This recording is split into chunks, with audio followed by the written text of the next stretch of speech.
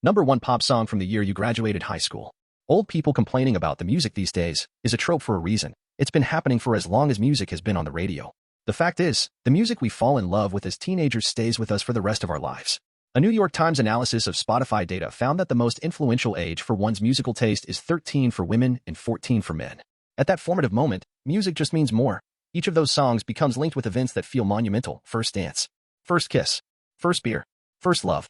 Just as fascinating are the songs that don't affect listeners who weren't just the right age when they hit the radio waves. According to the study, if you were an 11-year-old girl when The Cure's Just Like Heaven was released, you stream it all the time. But if you were older than 20 or younger than 5 at the time, it's just meh. Pop music is about a time, a place, and what a song or a band can mean to a generation of listeners. Because of that, it can be anything from an orchestral movie theme to a remix of a Spanish-language hit to a folk harmony to a Dolly Parton cover. What makes it pop is that it speaks to young people of the day. And because those are the songs that stay with us, pop music becomes a shared language for a generation. So, what's your pop music dictionary? What are the songs that are part of your teenage cohort's shared language and experience? Stacker pulled data from Billboard's year-end charts, which ranks number one singles, albums, and more of the calendar year, to compile a list of the number one pop song for each year from 1946 to 2021. Whether you love pop music or hate it, these are the hits that dominated the car radios, the winter balls, the proms, and the house parties every year since 1946. These are the number one pop songs from the year you graduated high school. 1946, Prisoner of Love by Perry Como. Prisoner of Love was originally performed by Russ Columbo in 1931, but it really took off in popularity a decade and a half later. In 1945, Billy Eckstine put out a version with Duke Ellington on the piano. A year later, Perry Como put out one of his own that charted in March 1946 and hit number one that year. Como was given the Lifetime Achievement Award at the 2002 Grammys. 1947, Near You by Francis Craig. Francis Craig, already a well-known bandleader in his mid-40s, had an unexpected mega-hit when he recorded Near You and 3 other songs in a studio before taking a gig as a radio station music librarian. Unexpectedly, Near You, which was a B-side recording on the single, was a breakout hit, eclipsing 1 million copies sold in 5 months and sitting atop the charts for an unprecedented 17 weeks. 1948, 12th Street Rag by Pee Wee Hunt. 12th Street Rag was composed by Uday Lewis Bowman, who first published the song in 1914. However, the song was best known as a spark of sorts, reigniting jazz musicians' interest in ragtime from the 1920s through the 1940s. The trombonist Walter Pee Wee Hunt recorded his 1948 version for Capitol Records, which went on to sell 3 million copies. A 1999 version of the song regularly appeared throughout the run of SpongeBob SquarePants, featuring a steel guitar and a ukulele. 1949, Riders in the Sky by Vaughn Monroe Orchestra. Vaughn Monroe was a big band leader whose voice earned him the nickname Old Leather Lungs. He had a string of number one hits throughout the 1940s, ending the decade with Riders in the Sky, a country western classic that has since been recorded by everyone from Johnny Cash to the Blues Brothers. 1950, Good Night, Irene, by Gordon Jenkins and the Weavers. Originally recorded by blues legend Hudai, lead Belly Ledbetter, the 1950 version by the Weavers is the one that topped the charts. The Weavers, a folk band based in Greenwich Village, co-founded by Pete Seeger, were the forerunners of a folk boom that included Peter, Paul, and Mary, and Bob Dylan. 1951, Too Young by Nat King Cole. With music by Sidney Lipman and lyrics by Sylvia D., Nat King Cole's Too Young sold more than 1 million records and stayed at number one on the charts for 5 weeks. Incredibly, in 1956, Cole became the first black man to host a network TV show when The Nat King Cole Show premiered on NBC that November. Cole died of lung cancer at the age of 45 in February 1965. 1952, Blue Tango by Leroy Anderson. When Leroy Anderson released Blue Tango on a 45, it was paired with Belle of the Ball, which the composer expected to be the bigger hit. He was very wrong. Blue Tango sold more than 1 million records, becoming the first instrumental to reach gold record status. Mitchell Parrish wrote lyrics for the song later in 1952. 1953, Song from Moulin Rouge by Percy Faith. Originally written for the 1952 film Moulin Rouge, Song from Moulin Rouge, also known as Where Is Your Heart, became a chart-topping hit when it was recorded by Percy Faith's orchestra in 1953. That version, sung by Felicia Sanders, topped the Billboard charts for 10 weeks. Tony Bennett credits Percy Faith as an early influence. 1954, Little Things Mean a Lot by Kitty Collin. Originally written by Edith Lindemann and Carl Stutz, the version of Little Things Mean a Lot that topped the charts was recorded by Kitty Collin in 1954. The next year, Collin began struggling to sing live. She could still record, which led many to believe the problem was psychological. She was erroneously reported dead in 1978, before actually dying at the age of 94 in 2016. 1955, Cherry Pink and Apple Blossom White by Perez Prado. Cherry Pink and Apple Blossom White is the English translation of the original French title Cerisier Rose et Pommier Blanc, composed by Luigi, La Vie en Rose. The version that topped the charts in 1955 was released by Damiso Perez Prado, who recorded it for the soundtrack of the 1955 RCA film, Underwater. In the film, the actress Jane Russell dances to the mambo hit. 1956, Heartbreak Hotel by Elvis Presley. Heartbreak Hotel, written by Tommy Durden and Mae Borenaxton, was the breakout hit for Elvis Presley. A regional star at the time, Presley, under new management, signed with the label RCA Victor.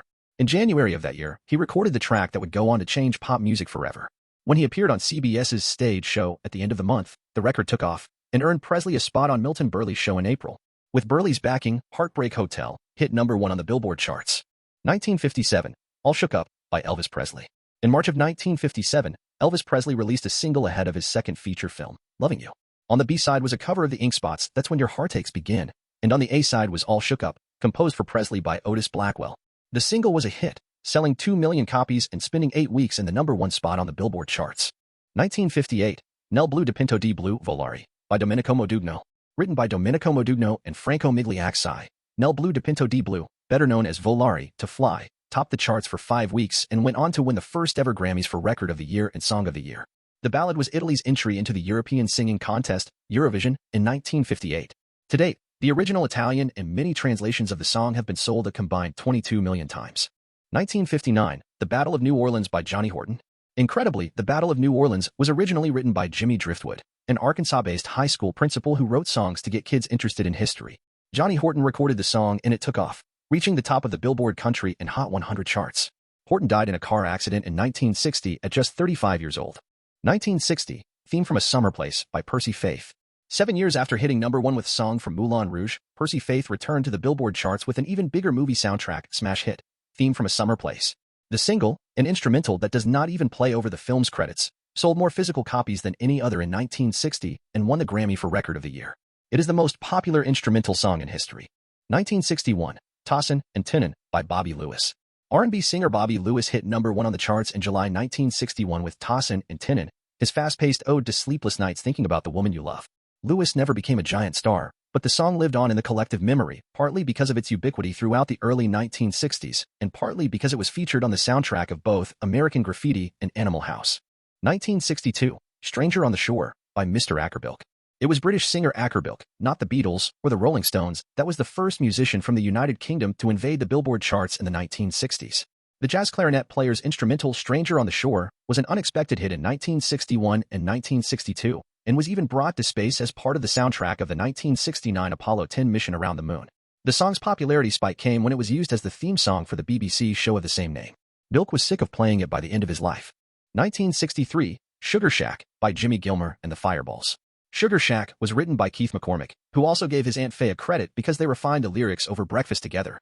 Sugar Shack is upbeat early rock in Roll Through and Through, and was the biggest hit for Jimmy Gilmer and the Fireballs, spending 5 weeks at the top of the charts in the fall of 1963. But rock in Roll was about to change forever. The Beatles first arrived in America in 1964. 1964, I Wanna Hold Your Hand by the Beatles. Capitol Records had planned to release I Wanna Hold Your Hand in early 1964, but a Washington, D.C. DJ changed the record label's plan when he played a UK version, unleashing the first American-based outbreak of Beatlemania. Capitol quickly printed a run of the single in response. By the time the band played The Ed Sullivan Show in February, the song had already been on top of the charts for 7 weeks. The British invasion had begun. 1965, Wooly Bully by Sam the Sham and the Pharaohs. The British invasion hit American pop charts like a hurricane, but, amazingly, Sam the Sham, aka Domingo Samudio, and a group of musicians dressed as Egyptian pharaohs dominated the airwaves in 1965 with party rock anthem, Wooly Bully. Samudio left music by the 1970s and retired into anonymity, spending years working on the crews of ships, and also never missing Chicago Bulls games when Michael Jordan was playing.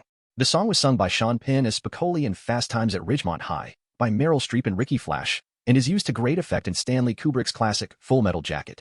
1966, Ballad of the Green Berets by S/Sergeant Barry Sadler. Staff Sergeant Barry Sadler wrote the song Ballad of the Green Berets after suffering an injury while serving as a Special Forces medic in Vietnam.